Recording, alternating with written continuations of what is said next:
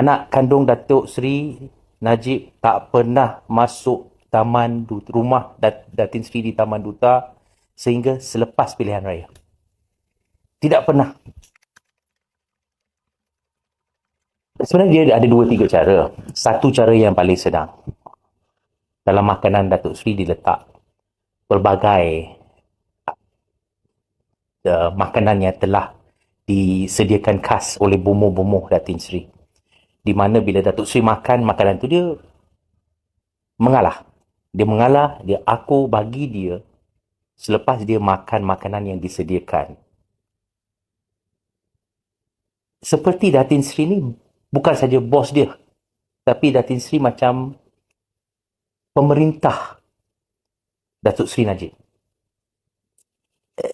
Dia senang aja. Datuk Seri Najib selepas kahwin dengan Datin Seri sudah menjadi mangsa Datin Seri. Sebenarnya saya kasihan dan saya pernah bagi tahu Datuk Seri jaga-jaga bila makan, jaga-jaga bila orang bagi hidangan di rumah. Pastikan apa yang sedang berlaku di rumah. Imbas kembali apa yang telah Datuk Seri kata, apa yang telah Datuk Seri janji. Tapi susah kan kalau kita tinggal serumah dengan seorang yang memuja syaitan, yang pengikut bomoh dan memang menerima ilmu syirik. Maka kita juga sudah tak boleh lepaskan diri. Memang there's no out lah. Dia tak ada exit. Bomoh-bomoh ni akan datang dari 3-4 negara. Ada yang datang daripada Indonesia, ada yang datang daripada Thailand, ada yang datang dari Kelantan, dan ada yang datang daripada India. Ya? Ini main lah 4 negara yang dia bawa ilmu ahli bomoh ni. So, tugas saya pada masa tu, organize tiket kapal terbang, organize hotel, ada driver untuk mereka keluar masuk daripada rumah Datin Seri.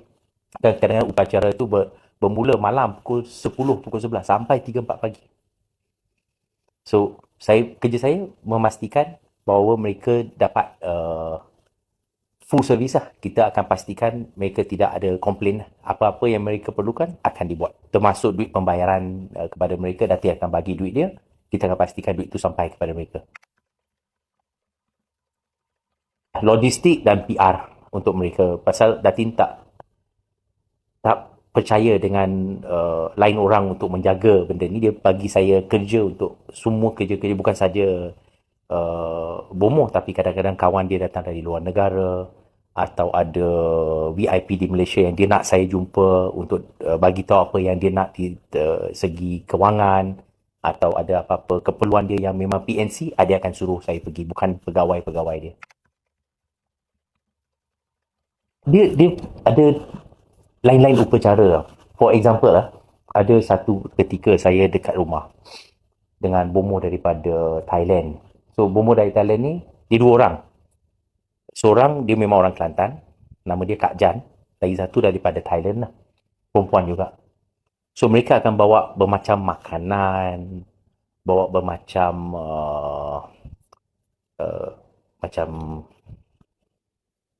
rempah-rempah yang dia bagi kepada Datin untuk Datin letaklah dalam makanan Datuk Seri, atau Datin ada tamu datang ke rumah, andai kata menteri atau kerabat diraja, dan Datin akan letak benda-benda ni dalam makanan mereka lah.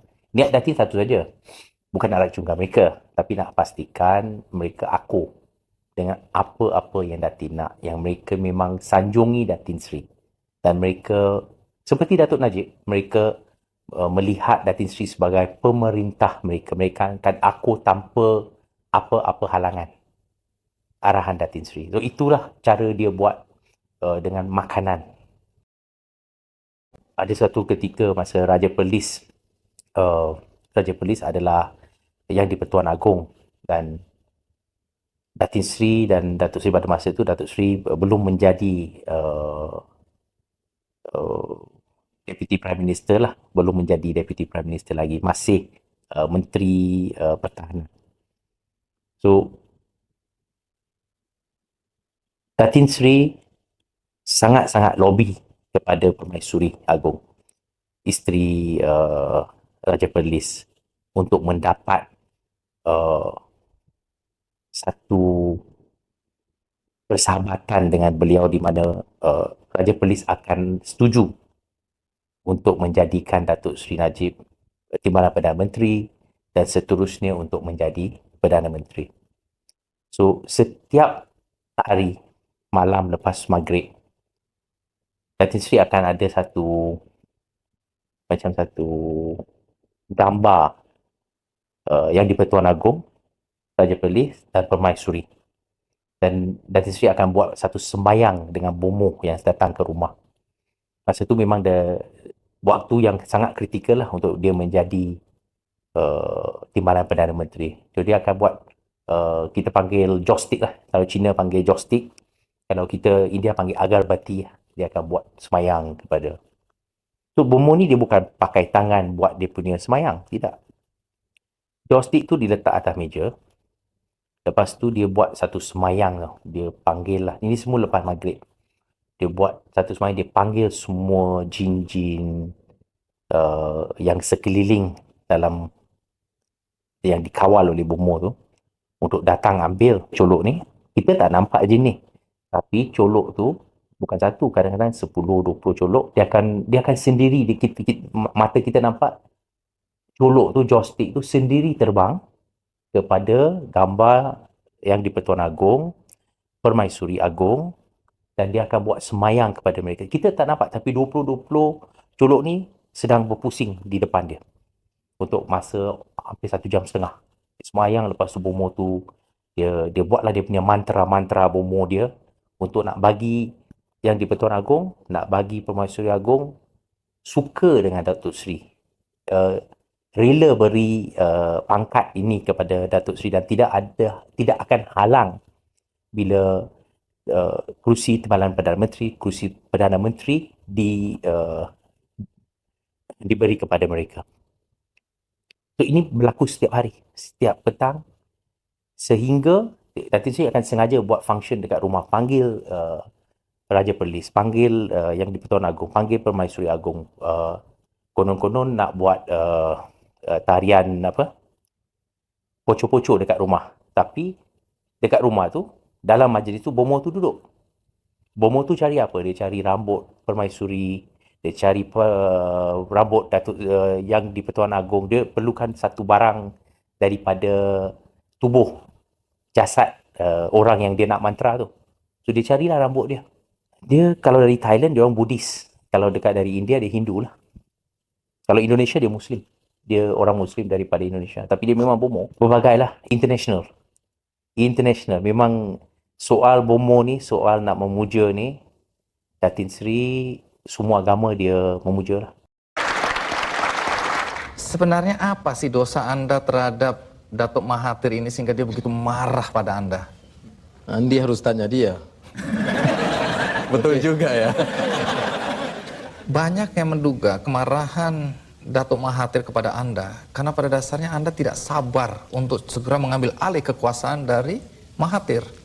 Apa betul itu? Saya sabar dari sudut menunggu. Saya tidak sabar dengan penipuan, kerakusan dan korupsi yang keterlaluan. Bila berbilion dolar diangkut, dirompak di depan mata saya, kok saya Menteri Keuangan. Uangnya keluar, masuk, kan saya lihat. Jadi saya tak sabar untuk itu. Jadi saya terpaksa menasihatkan beliau. Jadi itu persoalan di mana mungkin Pak Mahathir merasa Anda sudah menjadi gangguan bagi dia. Dia, keluarganya dan kroninya. Nah, ketika akhirnya Anda turun ke jalan melakukan demonstrasi ya, kemudian ditangkap. Ada yang bilang Anda diperlakukan dengan kasar oleh polisi waktu itu. Apa betul? Ya, malam saya ditangkap tanggal 20 September. Sejurus setengah jam saya masuk dalam lokap polisi. Terus ditutup mata dan digari tangan. Kemudian saya dipukul teruk, pengsan dan tidak sadarkan diri. Kenapa sampai Anda dipukul? Bukankah Anda pejabat tinggi di negeri itu? Ya, tapi kan kita bicara dengan orang yang separuh siuman. Karena orang yang agak waras akalnya mustahil akan perlakukan. Bukan saja kepada seorang pemimpin, Rakyat biasa tidak boleh di apa-apakan begitu. Ada salah, hadap ke mahkamah, tunjukkan bukti, dan biar mahkamah yang adil memutuskan. Tapi ini menunjukkan bahwa sistem itu sudah bobrok.